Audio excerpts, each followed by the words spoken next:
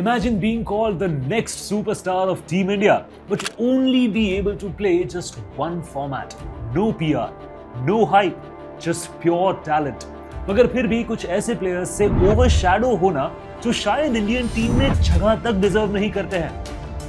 Packed opening spot, settled middle order और एक perfect team combination के चलते Yashasvi Jaiswal is not getting the opportunity that he deserves. Yes, वही यशस्वी जायसवाल जिन्होंने अपनी हर एक सेंचुरी हर एक अलग स्टेडियम पर स्कोर करी है, अपनी कंसिस्टेंसी हर बार बड़े स्टेज पर प्रूव की है, but still he is not able to break into the ODI or T20 format. What's the reason behind this?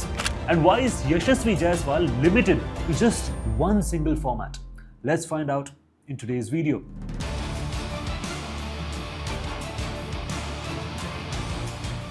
यशस्वी जायसवाल अपना टेस्ट डेब्यू जुलाई 2023 में करता है और उसके सिर्फ एक ही महीने बाद अगस्त 2023 में जायसवाल इंडिया की T20I स्क्वाड में भी इंक्लूड हो जाते हैं. We have seen Yashasvi Jaiswal perform exceptionally well in the IPL for Rajasthan Royals and continuing that he didn't disappoint in the Indian jersey as well. अपने टेस्ट फॉर्मेट के debut match में ही यशस्वी Jaiswal 175 run मारते हैं और सिर्फ इतना ही नहीं, अगर हम ओवर द इयर्स क्रैक्स पर उनका टेस्ट रिकॉर्ड भी देखें तो 26 मैचेस में he has scored 2,428 runs and that too with an average of 50 plus. Test format के साथ यशस्वी Jaiswal had been a part of India's T20I squad as well. Jaiswal ने 23 T20Is में 723 रन बनाए और वो भी 160 प्लस की स्ट्राइक रेट के साथ. I mean, जो इंटेंट से इंडियन टीम पिछले कुछ सालों से खेल रही है, यशस्वी Jaiswal is the prime contender to be included in that team. हालांकि इतने अच्छे T20 परफॉर्मेंस के बावजूद Yashasvi Jaiswal last played T20 international back in July 2024. Yes, तकरीबन 1.5 साल पहले.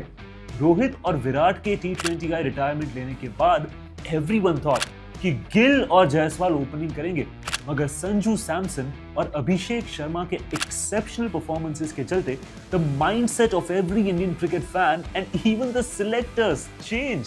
शुभमन गिल को तो 1 साल बाद भी इंडिया की T20I टीम में जगह मिल गई, मगर Yashasvi Jaiswal didn't get the chance that he deserved. Well, अगर हम क्रैक्स पर गिल के स्टैट्स देखें तो उन्होंने सिर्फ 28 T20 इंटरनेशनल मैचेस ही खेली है, जिसमें he has scored 705 runs and that too at a strike rate of just 141.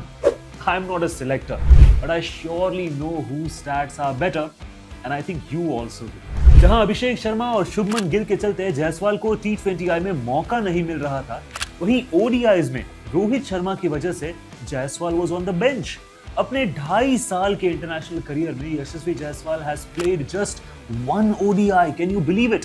I mean, coach बनने से पहले गंभीर का तक यही मानना था कि Yashasvi Jaiswal is a 3 format player.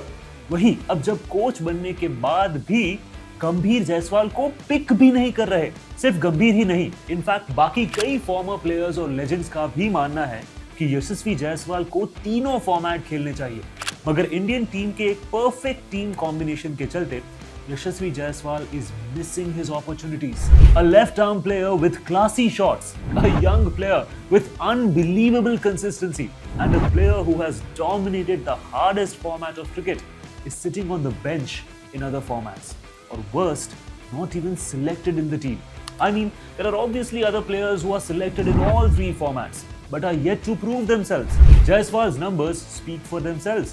But it is high time कि इंडियन टीम अब उन्हें तीनों फॉर्मेट्स में chances they.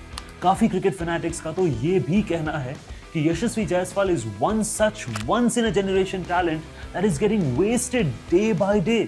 What do you guys think? क्या पीआर की वजह से ही जायसवाल को इंडियन टीम के तीनों फॉर्मेट में चांसेस नहीं मिल पा रहे, या फिर इंडिया के करंट टीम कॉम्बिनेशन में जायसवाल की जगह ही नहीं बन रही? Let us know your reaction below and stay tuned for more interesting cricket updates. Thank you so much for watching. We'll see you in the next one.